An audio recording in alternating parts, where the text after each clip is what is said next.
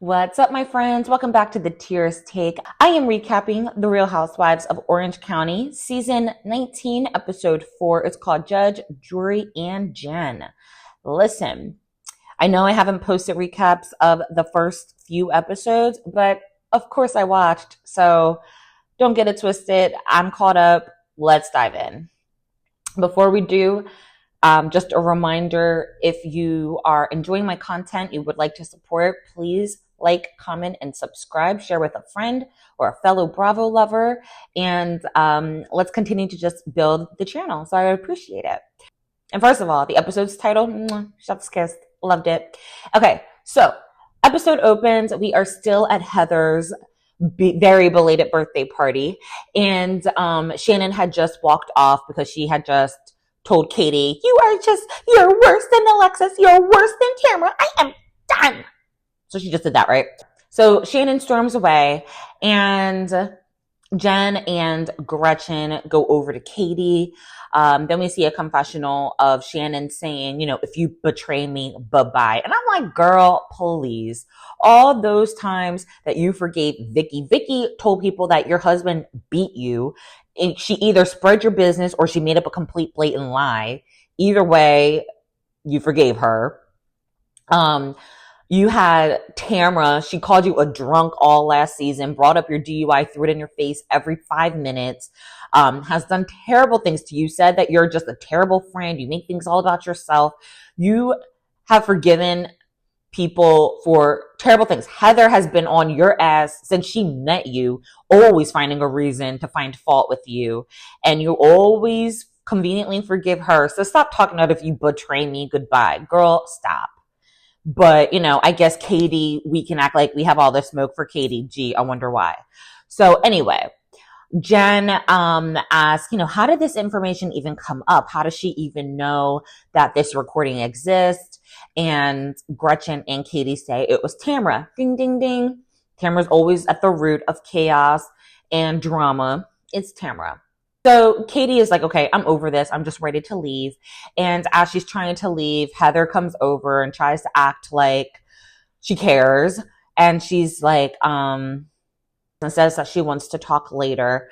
So as that's happening, we see a parallel scene of Tamra driving to the party, and she is with Joe from early days. OG watchers know Joe from season 1 and season 2. She was actually dating Slade, Gretchen's now life partner, and she was engaged to Slade, actually. So I guess she's trying to bring Joe to ruffle Gretchen's feathers. Didn't work. But she's coming with Joe because Eddie don't want to be there with her. Eddie can't stand her, but whatever. As much as I didn't mind Joe in those early seasons, I liked her. I didn't mind her. I'm just like, why did you sign up to do this? It's giving thirsty. You're married. Move on. If you want to come back to the show, why are you clearly coming on Tamra's side? So you already look like you're in opposition with Gretchen, even if that's not the case. I don't know. I didn't think it was a good look for Joe.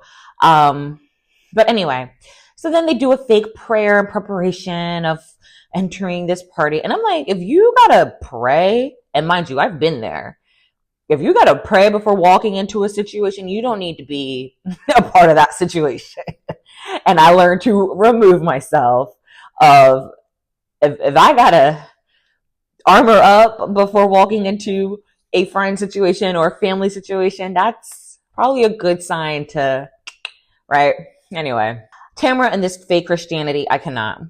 So as Katie is outside and walking to her car, Tamra and Joe are walking in. So they see each other, and Matt, Katie's husband, tells Katie, don't talk to her. Don't talk to her. I was like, yes, Matt. And then here goes Tamra, all fake concerned. Oh my God, you're leaving? Why are you leaving? Oh, what happened? And so Katie's husband is not with the BS. He said, you started this. I was dead. He was like, you started this. You pretty much you're running your mouth, and getting people against Katie, pretty much is what he said, right? And so Tamra and Katie go back and forth, and Tamara's like, it's not my fault that you recorded Shannon. And Katie is like, well, you held onto this information for a year and brought it out when I was trying to make amends with these girls. And Tamara was like, well, you talk to bloggers. And I was like, that's the issue right there. Because Tamara's mad at Katie for this like blogger issue. Mind you, Tamara is essentially a blogger, but okay. You're mad at Katie for this issue. And because you're mad, now you're pulling out this information when it suits you. You're not telling Shannon this information because, oh my gosh, Shannon, I found out this crazy information. I think you should know. And I'm genuinely coming to you out of authentic concern and solidarity. No, it's, oh, that girl pissed me off. I want other people to be pissed off at her. So now I'm going to pull this out my back pocket that I've been holding on to, and I'm going to share it with you so that I can turn the group against her. It's so manipulative. It's so Tamra. It's so phony. So anyway, so Tamra and Joe walk in, and the girl sees her, and Gretchen clocks what's going on. On the other side, we see the two losers, Gina and Emily. They're just watching, and they're making fun of the way Gretchen looks. And I said, do we want to go into looks with y'all? Should we do that? Do y'all really want to go there? Because if anyone says boo to you, Emily, you're in tears. You're having a fit. Like, tread carefully, okay? Tread carefully. So Terry is stoned. Okay. He's talking to Gretchen and Jenn, saying, maybe Tamra changed. And I'm just like, Tamra must have more money than we think. And she has the DeBros on a payroll. I don't understand how, as like smart and astute Dr. Terry and Mrs. Dubrow seem, I don't understand how they are like in Tamra's clutches.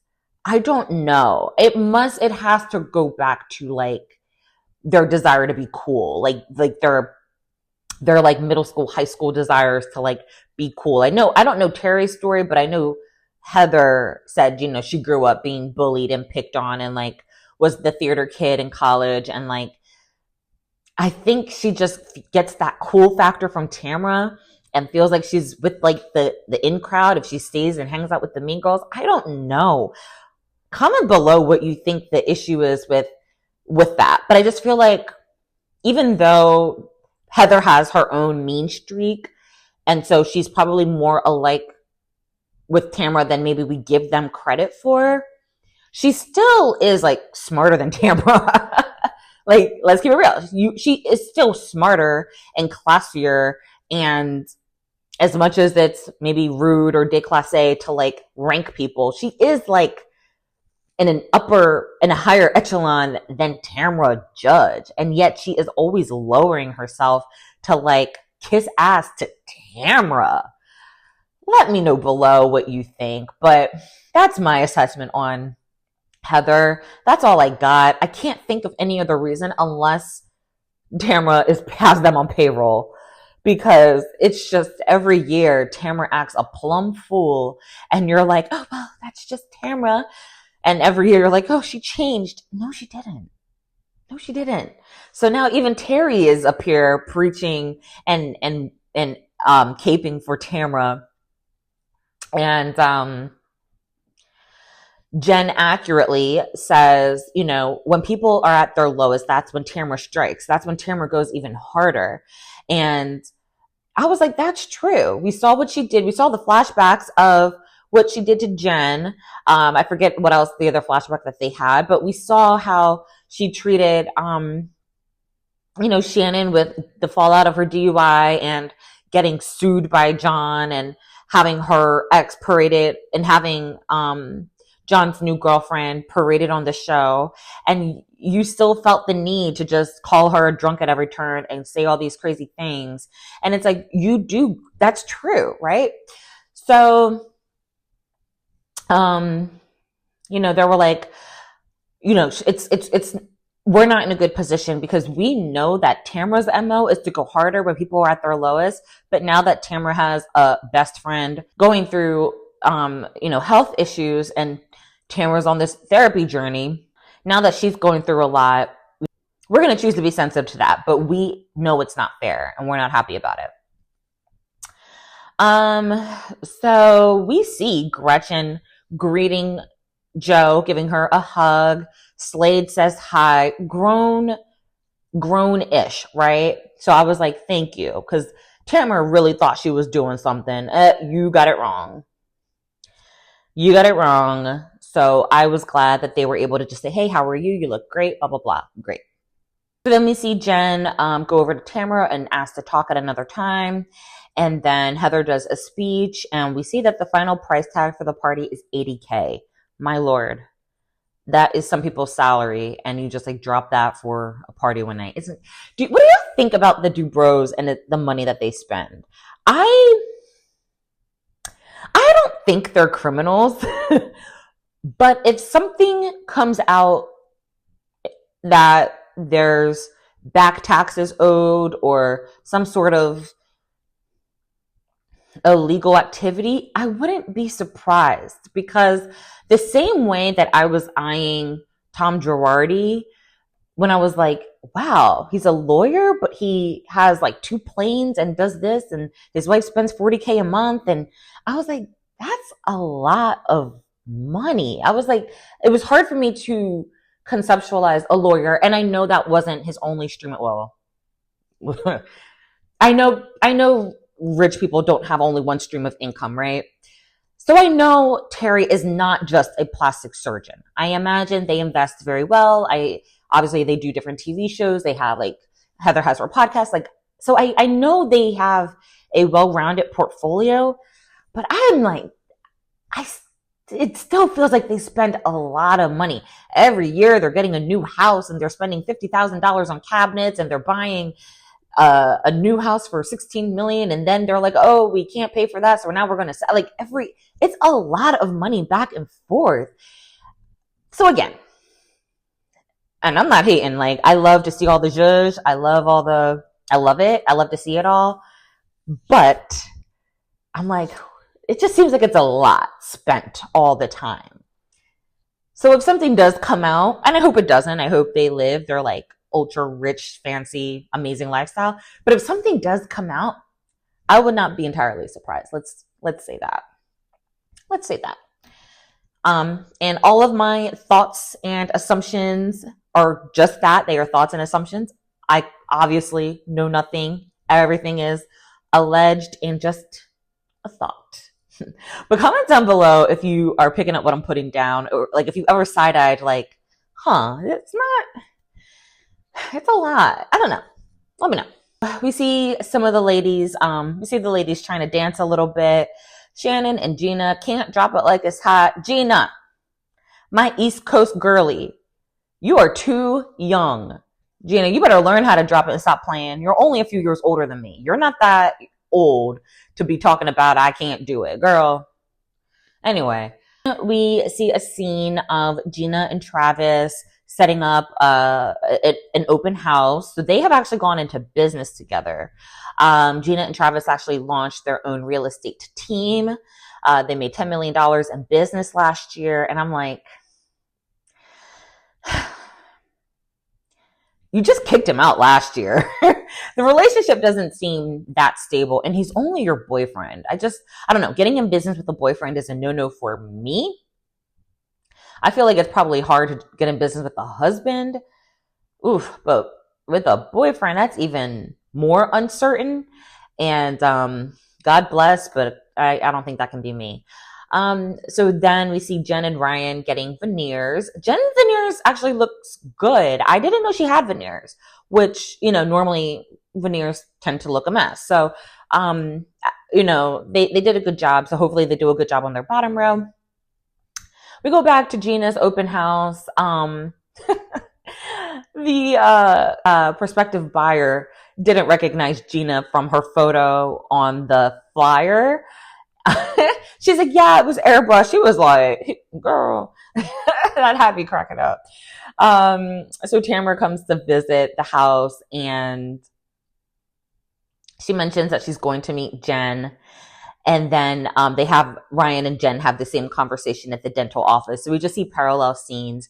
So Tamra has selective amnesia, and she's just like, oh, I just don't understand why Jenn like says the things she says online. And I'm like, Jenn's not doing these things out of thin air. Jenn is doing these things in response to the terrible things that you have done and said about her.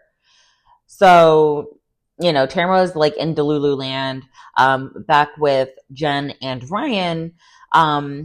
Ryan tells Jenn, you know, I believe that she's jealous of you. And I said, ding, ding, ding. I believe it too. So then we see Heather, and she brings over real estate agents from $1 Million Listing. But anyway, I guess they fell out, and now she's bringing them together to co-list her house that she is selling.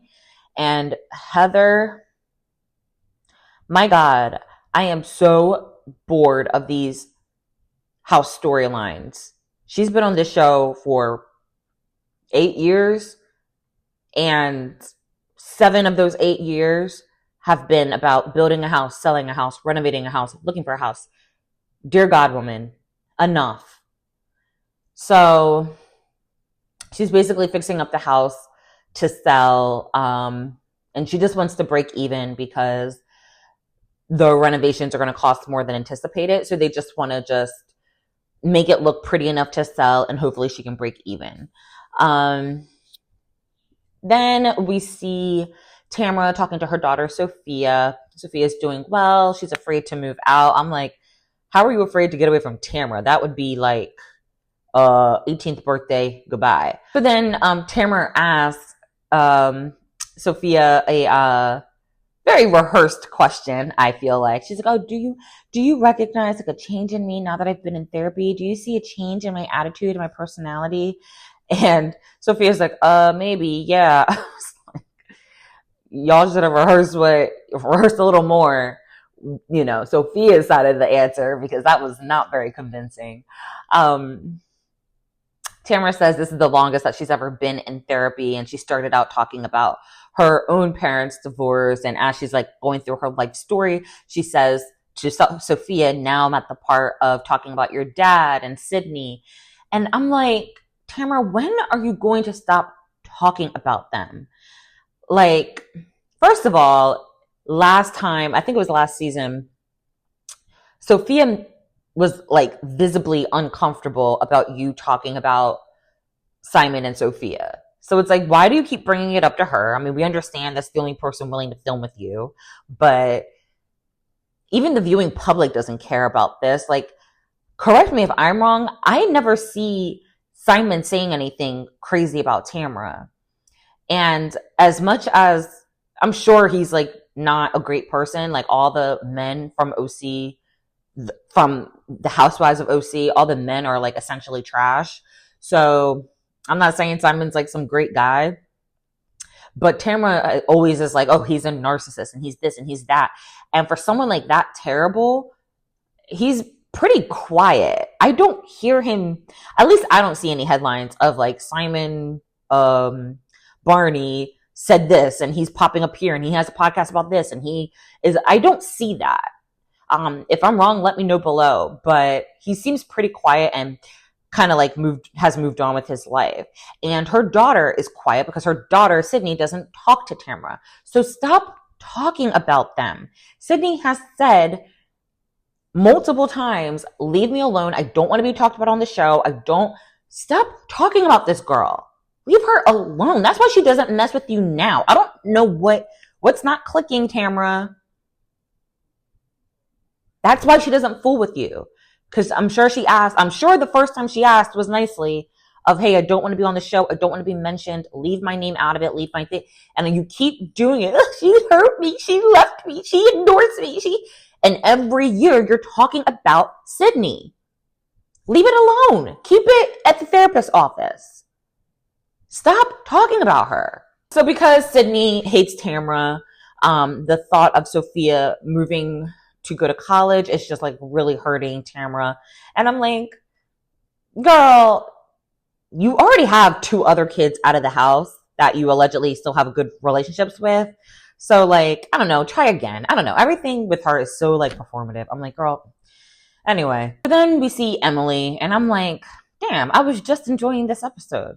So then we see Emily, and she goes to aerial yoga with Gretchen and Shannon, and Emily tries to push Gretchen into making up with Tamra, but Gretchen like doesn't care. She's over it. Shannon says in a confessional that she doesn't think Tamra can change and her behavior has been a pattern. I'm like, yeah. Gretchen says that she struggled to defend Katie, but likes her a lot. And Shannon said, you know, if she recorded me, she probably recorded other things, which is true. Like, Katie, I can't defend you there. As much as I want to go hard for Katie, because I don't like that she's being ganged up on, Katie has done some effed up things and has done some shady things and has a weird relationship with the truth.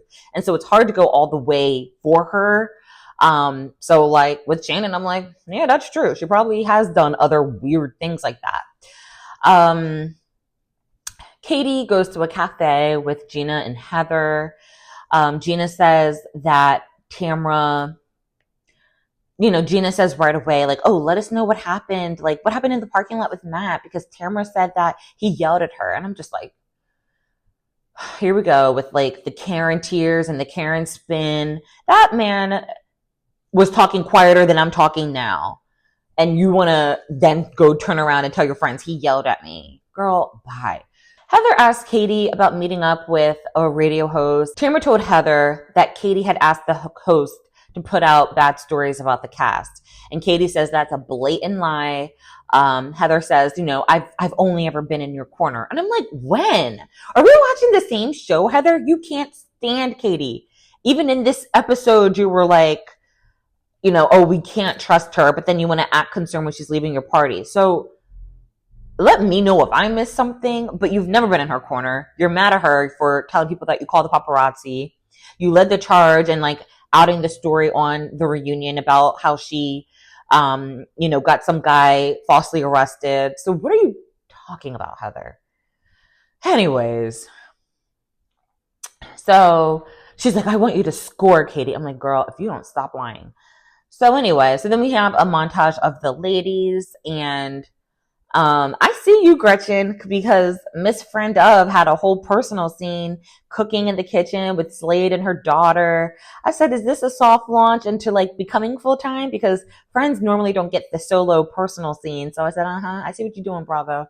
Anyway, so we see the montage of the ladies, and we land on Katie and Matt. She tells him about, you know, oh, everyone thinks I told Kiki to put stories out. And then Matt was like, yeah, I love how Tamra is also in this friend group, but you're the one that's untrustworthy. I said, read Matt, because it's a joke. All the times that Tamra has lied, been two-faced, been manipulative, been calculated, gone low. Everyone always gets amnesia. It's like when there's a new season, everyone just forgets all the terrible things Tamra has ever done. And we now believe everything she said. You can't believe anything that she says. And if she's telling the truth, it's not the whole truth, mostly. It's not the whole truth 9 times out of 10. Katie can't figure out why Tamra is like gunning for her. But on another note, Katie is happy that her kids will all be under one roof. But it's bittersweet because her oldest is actually going to be leaving for college soon. So then we get our sit down between Tamra and Jenn. And Jenn says to Tamra, to answer honestly. And Tamra gets defensive. She's like, well, why wouldn't I? And I'm like, here we go. And Jen's like, because you don't.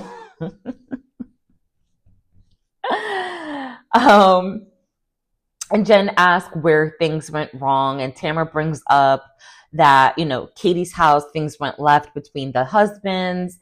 And I was like, weren't things already bad then?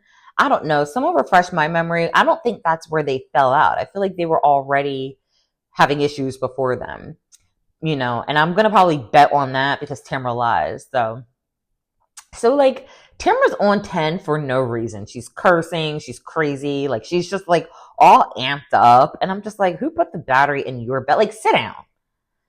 And I think what is like, it's so basically what is like driving Tamra to be so crazy is that she didn't like that Jenn told Heather that Heather lowers herself to like be in this friendship with Tamra. And so Tamra was like, you know, you need to stop acting like you're above it all when I'm not the one that got evicted. I'm not the one who got caught cheating. And Jenn said that Tamra cheated too. And Jenn like did not seem phased. Jenn said that Tamra cheated too.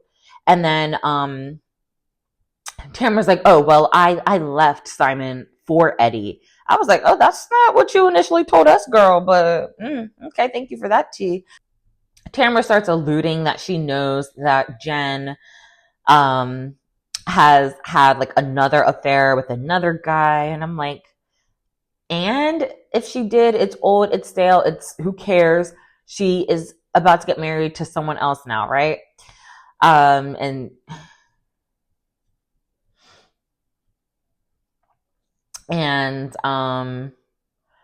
in her confessional, Tamra says, you know, there's a rumor that Jenn was involved with a guy from her yoga studio. But in the scene, Jenn has no idea what Tamra's even alluding to. Tamra brings up that Jenn tried on her hair extensions that she took out a long time ago, and that Jenn went to Tamra's gym after Tamra won a fitness competition, just stupid stuff. And Jenn calls Tamra sick, and she is. And Tamra walks away, and I said, Jenn, you won that one, because just like you ate her up in London, she ate her up very calmly and cute at the restaurant. Got Tamra all defensive. Tamra lost control right at the beginning of this conversation. Tamra, you took the L right in the beginning when you were defensive, cursing, acting crazy. Jenn was calm, cute, and collected, and was asking you, okay, so how's therapy going? And you got all frazzled and walked away, and I loved it. It was amazing. So I'm still rooting for Jenn, and hoping that people like when is this cast going to give Tamra the villain treatment? Just when? She's clearly the villain on the show, but y'all want to villainize everybody else except the villain. It's nauseating. However, it was a good episode. I'm going to leave it there. I want to know your thoughts. Let me know below how you thought about the episode, who won in Jenn versus Tamra. Are you rooting for Katie? Do you want her to score like Heather? Or are you side-eyeing her because she's a little inconsistent? Let me know your thoughts. I really appreciate you watching. Please remember to like, comment, subscribe. I'll see you guys in the next video. Mwah! Bye.